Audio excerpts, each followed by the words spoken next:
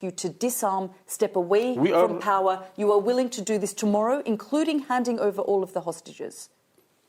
To hand over the government in the Gaza Strip, we have said it already months before, that we are ready to go for any solution accepted by all Palestinians and to hand over the... But if the Americans ask you? Even, we have also told the Americans, we are ready to hand over the government immediately if we reach an end of this war. And we have accepted, by the way, the Egyptian proposal, which is talking about forming a Palestinian and independent, non-affiliated body, politically non-affiliated body, to run Gaza Strip.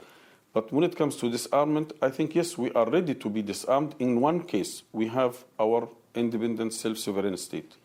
If we can get it peacefully, politically, based on international rules and regulations and law, yes, we are ready to do it.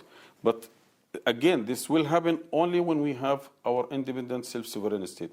Before that, as long as we are still occupied people, we have all the right to continue defending our people and resisting the occupation with all means, including armed resistance. Do you have faith in the American teams and delegation that you're talking to, that they too want to achieve an end to the conflict and be able to negotiate between the two sides?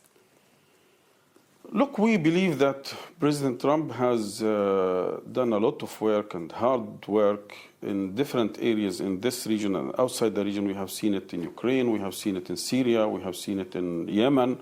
And by adopting negotiations with Iran to solve this conflict, to de-escalate the tensions everywhere and to reach a more peaceful world.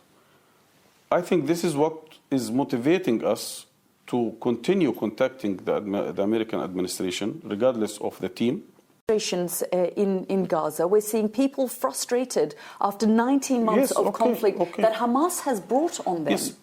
Yes, I respect all people who are going to the street to say yes for Hamas or no for Hamas, because we have seen half of the Israeli population in the streets against Netanyahu. We are still seeing hundreds of thousands of people demonstrating against Trump president. We don't see that we are representing all Palestinians.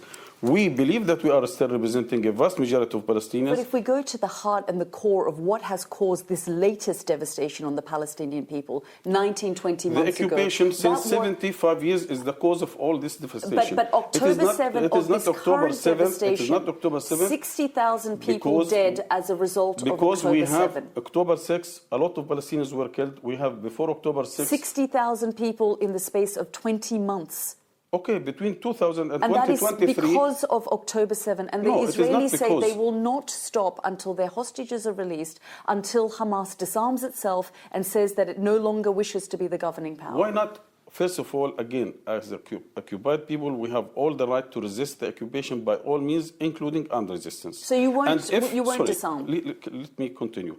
If you ask someone to be disarmed, it has to be the Israelis who have all the power, the chemical power, the nuclear power, the biological power, and all the support from the West, including the Americans, to destroy the Palestinian life, like what we have seen along the 17 months. That you still have 50 or so of their hostages that you haven't released, and it is in your gift, it is in your power to release them. If Hamas hands the hostages over, if they disarm and they, basically disappear from Gaza, they will end this conflict. Is that something that Hamas is willing to do? We are ready to go for one session to release all the captured Israelis and in return to get some of our prisoners, but with the guarantees that we are going to reach an end of this war, total withdrawal of the Israeli forces. If the